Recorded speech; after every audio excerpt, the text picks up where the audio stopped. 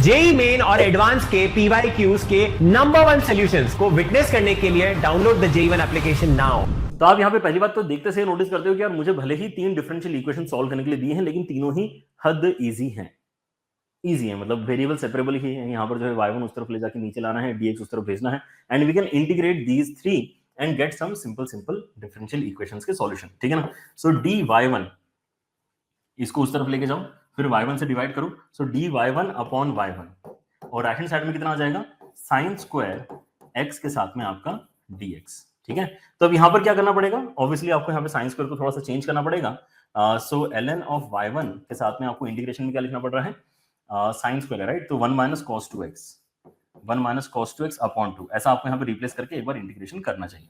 ठीक है। सो ln of y1 का वैल्यू क्या बनता है, ln ऑफ y1 बनता है आपका यहाँ पर आपके उसमें 1 का इंटीग्रेशन तो x आ जाएगा, 1/2 तो है ही नीचे, लेकिन उसके साथ में यहाँ पे x आएगा, एंड cos के इंटीग्रेशन में आपके उसमें यहाँ पे sin ऑफ 2x, लेकिन नीचे आपके उसमें एक एक्स्ट्रा 2 भी आने वाला है। ठीक है ना। और एक c1 भी आप यहाँ पे लिख लो, एक c1 भी यहाँ पर लिख लो। अब होगा क्या ना कि जैसे आप यहाँ पे इस c1 को क्रिएट करने की कोशिश करेंगे, आपको एकदम से अच्छा नहीं लगेगा, क्योंकि अभी भी आप यहाँ पे एक बार डाल के देखो, अगर आप यहाँ पे 1 डालते हो x की जगह तो आपको 5 मिलता है। तो यहाँ पे मैं 5 डालूंगा तो पहली बात ln 5 पिक्चर में आ रहा है, फिर उसके बाद में यहाँ पर आपके उसमें sin 2 पिक्चर में आ रहा है, राइट, 1 भी है।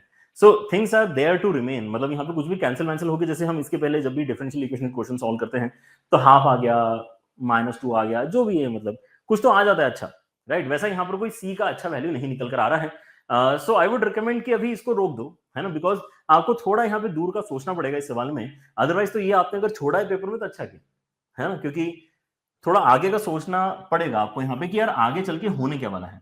आगे चल के आप यहाँ पे रियलाइज करें कि यार देखो सारे ही जो आपके यहाँ पे क्वेश्चंस हैं, पहला दूसरा तीसरा जो भी आपके यहाँ पे डिफरेंशियल इक्वेशंस हैं, वो ultimately ln y equal to something बनने वाले हैं, है ना, क्योंकि ये भी उस तरफ जाके y1 नीचे आया, ये इस तरफ जाके y2 नीचे आएगा, ये उस तरफ जाके y3 नीचे आएगा। और जैसे आपकी इस तरह की इक्वेशन बनेंगे तो आपको यहाँ पे जब y1 y2 y3 रिप्लेस करने पड़ेंगे तो ये e की पावर गंदगी, e की पावर गंदगी, e की पावर गंदगी आपकी मल्टीप्लाई होने वाली है। मतलब अल्टीमेटली क्या होगा, ये e की पावर में तीनों की तीनों जो पावर्स हैं, ये जो गंदगी आपके यहाँ पर आ रही है वो सब एड अप होने वाली है। ठीक है ना।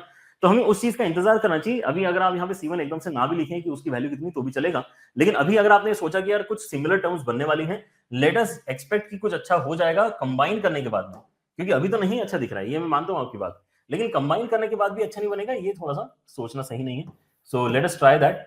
सो आप यहाँ पे इसको फिर से वही वाला काम करेंगे, उस तरफ भेजेंगे, फिर y2 को नीचे लेके आएंगे, and then right hand side में आपको यहाँ पर क्या बनेगा, राइट हैंड साइड में आपका cos स्क्वायर इस बार बना है। Again the idea is same कि हम यहाँ पे मल्टीपल एंगल का इस्तेमाल करेंगे।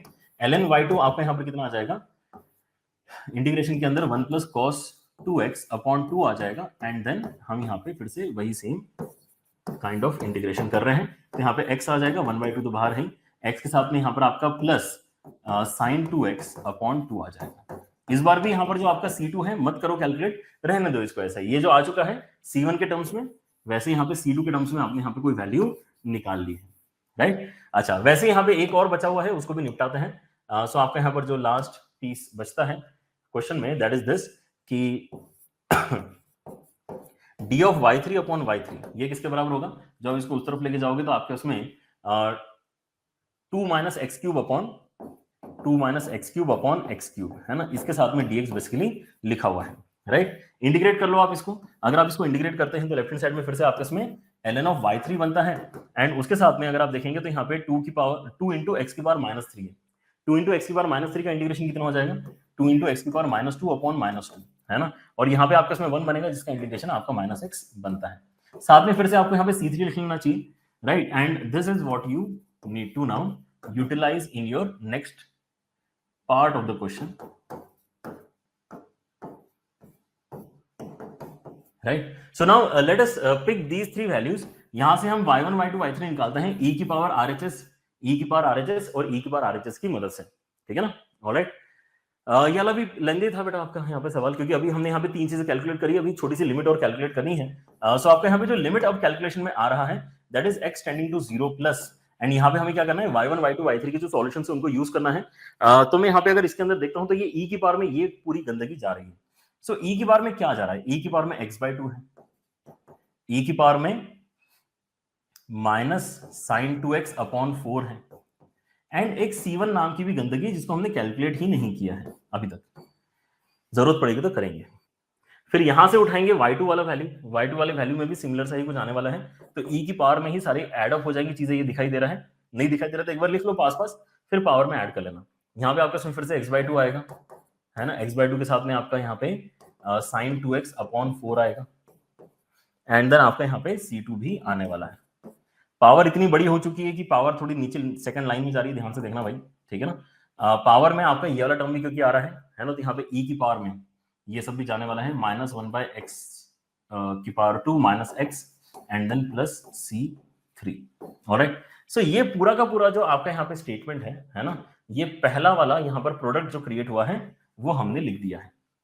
इसको भी मुझे लग रहा है कि एक सिंगल चीज में डाल देना चाहिए। ओके, तो ये एक आपका यहाँ पर जो है बना है, ये बन गया है। अब इसके साथ में क्या है, 2x यहाँ पे ऐड कर रखा है इन लोगों ने, 2x ऐड करके यहाँ पर जो है इसी चीज को इन्होंने डिवाइड कर दिया है e की power 3x and then sin x की मदद से। ऑलराइट, सो अब यहाँ पर देखो क्या होगा। हाँ जी, पेपर 2 है ये, पेपर 2 है क्या, ठीक है, पेपर 2 है, पेपर 1 है ये, है ना, मतलब इन्होंने जेई एडवांस वालों ने तो पेपर 1 से ही शायद रिलीज किया है इसको, ठीक है। चलिए, सो आपका यहाँ पर जो आइडिया है दैट इज टू सी कि कहाँ कहाँ कैंसिलेशंस आपके हो रहे हैं। तो sin 2x upon 4 sin 2x upon 4 आपका कैंसिल हो रहा है, फिर यहाँ पे ये जो x/2 है ये भी मिलके x के साथ में कैंसिल हो जाएंगे। सो काम की जो वैल्यू आपके यहाँ पर बची है, it is just this value which is -1/x²। बाकी तो आपके इसमें यहाँ पर जो है e की पावर c1 + c2 + c3 है। मैं तो कह रहा हूँ कि उसको अलग करके आप यहाँ पे लैम्डा कोई कांस्टेंट बोल दो तो भी चलेगा। बहुत गंदी है वो वैल्यू कैलकुलेशन में, समझता हूँ, लेकिन अल्टीमेटली है तो कांस्टेंट ही ना। हम लिमिट के पॉइंट ऑफ व्यू से अगर वहां पे देख रहे हैं तो कोई दिक्कत दे रहा है, वो नहीं दे रहा। तो e की पावर में मैं आपको सजेस्ट कर रहा हूँ कि एक तो आप यहाँ पे -1/x² को एनालाइज करो, उसके साथ में e की पावर में c1 + c2 + c3 जो है उसको अगर आप यहाँ पे लिखना चाहो तो लिख लो वैसे, लेकिन इसको आप क्या करो, इसको आप अगर लैम्डा भी बोल देते हो तो कोई फर्क नहीं पड़ता, that is some constant value and plus 2x है यहाँ पे, एंड देन डिवीजन में हमारे पास में क्या है, डिवीजन में हमारे पास में ये टर्म्स है e की पावर 3x एंड उसके साथ में यहाँ पे sin x। So what we notice from here is, है ना, यहां से हम क्या देख सकते हैं, जरा देख के बताइए कि क्या मैं इस पर्टिकुलर पॉइंट पे, है ना, कुछ इजी काम सोच सकता हूं क्या लाइफ में, लाइफ में कुछ इजी काम कर सकते हैं क्या? क्या हम यहाँ पे ऊपर नीचे x से डिवाइड करके हर एक टर्म को यहाँ पे एनालाइज कर सकते हैं क्या? ठीक है, अगर मैं e की बार x से यहाँ पे डिवाइड करता हूं, ठीक है ना, नहीं, अगर मैं x से डिवाइड करता हूं, राइट, अगर मैं x से डिवाइड करता हूं तो मुझे यहाँ पर हाँ सोचना तो पड़ेगा। आई थिंक अभी मुझे एकदम से ऐसी चीज फील हुई जो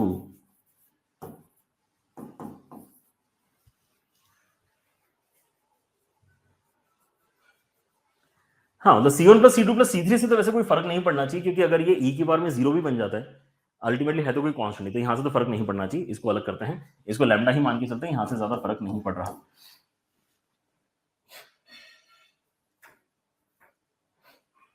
ये जो टर्म है ये तो वैसे भी किसी मायने की नहीं है, समझ रहे हो, इस टर्म का कोई मायना नहीं है, समझ रहे हो, ये 1 को ही जाने वाला है, मल्टीप्लीकेशन में भी है, तो इसको तो हमने अलग ही मानना चाहिए, है ना, इसका कोई खास इंपॉर्टेंस नहीं है, राइट। ये 2x है और नीचे हमारे पास में यहाँ पर अभी sin x ही बचा है, ऐसा हम मान सकते हैं, राइट। सो इस पॉइंट पे क्या मैं अलग अलग कर सकता हूं क्या, ये मुझे सोचना चाहिए।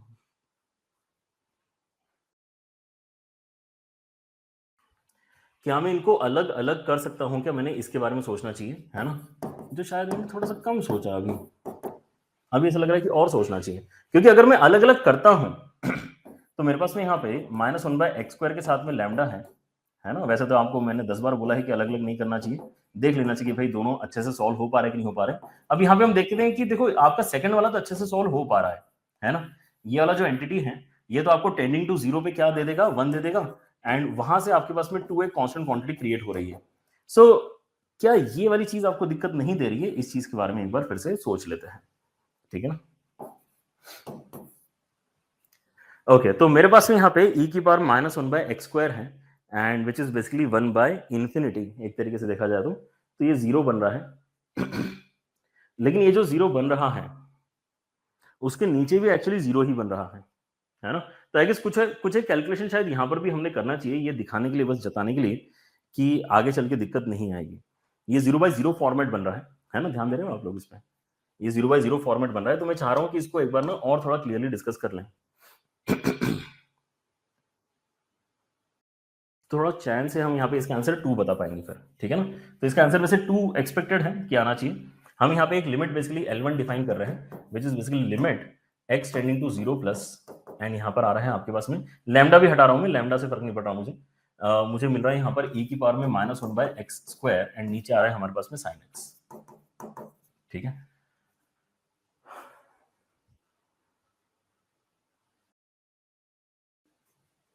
ठीक है, अगर ये 0/0 फॉर्मेट है तो मैं यहाँ पे एक बार LH अप्लाई कर लेता हूँ, और LH अगर मैं अप्लाई कर रहा हूँ तो limit x tending to 0 plus पे क्या बनेगा हमारे पास में यहाँ पे e की पावर -1/x² का डिफरेंशिएशन इतना तो आएगा ही आएगा, लेकिन उसके साथ में यहाँ पे x की पावर -2 माइनस ऑफ x की पावर -2 पावर का डिफरेंशिएशन, माइनस ऑफ x की पावर -2 का डिफरेंशिएशन आपका यहाँ पे आ जाएगा 2x की पावर -3, है ना, एंड उसके साथ में नीचे आ जाएगा आपका cos। तो इसके बारे में हम क्या कह सकते हैं?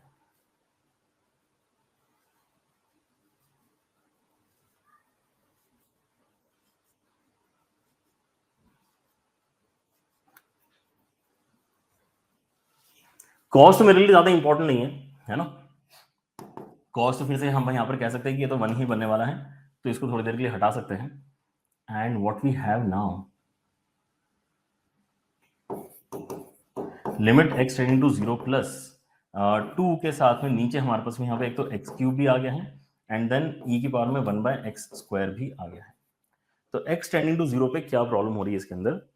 x टेंडिंग टू 0 पे बेसिकली e की पावर में इन्फिनिटी बन रहा है, और इन्फिनिटी इंटू 0 हो रहा है।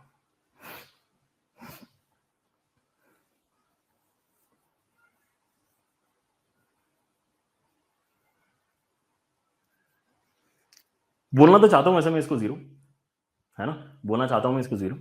फास्ट अगर करना है तो फास्ट में देखो, यहाँ पर जो है बच्चे बोल रहे फास्ट कर दो, फास्ट नहीं, यहाँ पर कॉन्सेप्ट की भाई सोच की बात है ना। यहाँ पर जल्दी से 2 आंसर बता के वैसे तो आगे बढ़ा जा सकता है, ठीक है ना, लेकिन क्या है कि थोड़ा सा मैं यहाँ पर ये सोच रहा हूँ कि एक्सप्लेनेशन भी सही हो जाए, ठीक है। हाँ जी,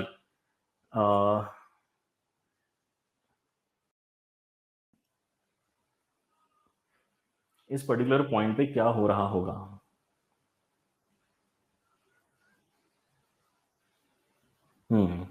चलो अभी के लिए तो इसका आंसर 2 बता रहा हूं मैं, है ना, लेकिन अगर कुछ चेंज होता है तो आपको फिर से यहाँ पे बताऊंगा। अभी लेकिन मुझे लग रहा है कि ये चीज अल्टीमेटली आपकी यहाँ पर जो L1 है ये 0 ही होना चाहिए, है ना। L1 आपके यहाँ पे 0 ही होना चाहिए, हालांकि सिंपल ही लग रहा है।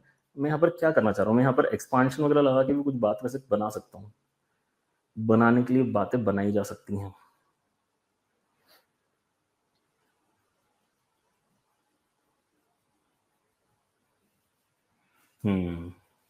लेकिन अगर ऐसा कोई प्रॉब्लम है तो शायद फिर हमने इसको अलग अलग ही नहीं करना चाहिए था। ठीक है, I guess discuss this once again if I find anything else other than 2 as the answer, ठीक है ना। I will discuss this once again अगर ऐसा लगता है तो। ऑलराइट,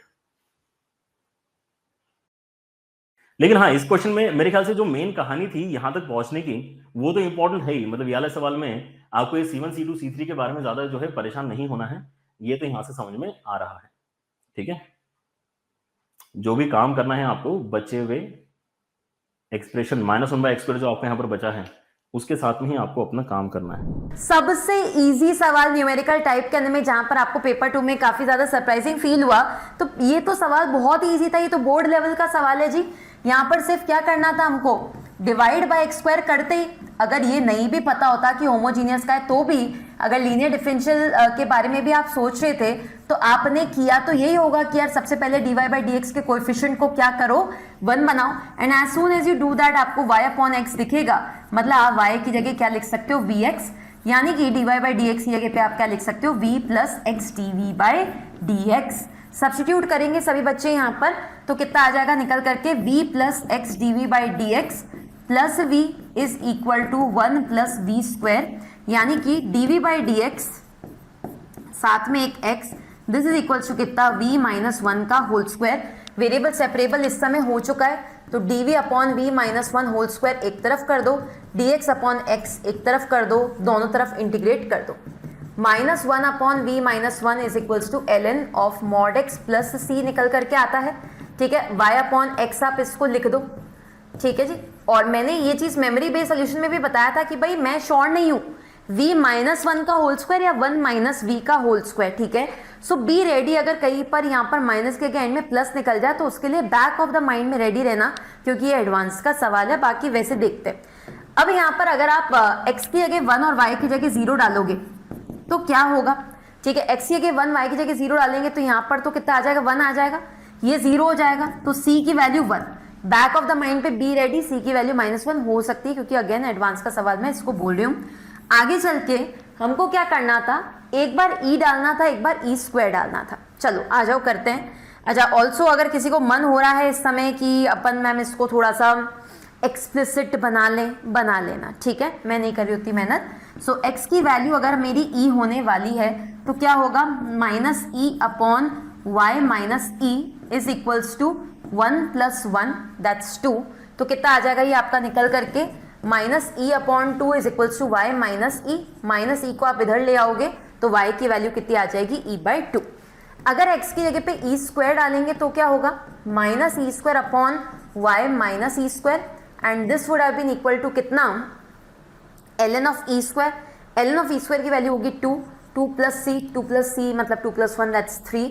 तो कितना हो जाएगा ये, -e square upon 3 is equals to y minus e square को इधर शिफ्ट करना तो ये आ जाएगा।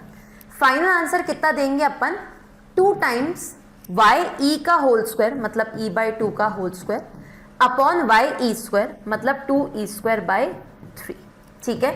सो फाइनल आंसर कितना आ जाएगा, 2 काट देना, e स्क्वायर काट देना, 3/4 को, ठीक है। फिर 2 डेसिमल प्लेस में अगर भरना था तो ऑब्वियसली 0.75 भर दिया होगा। डन है जी।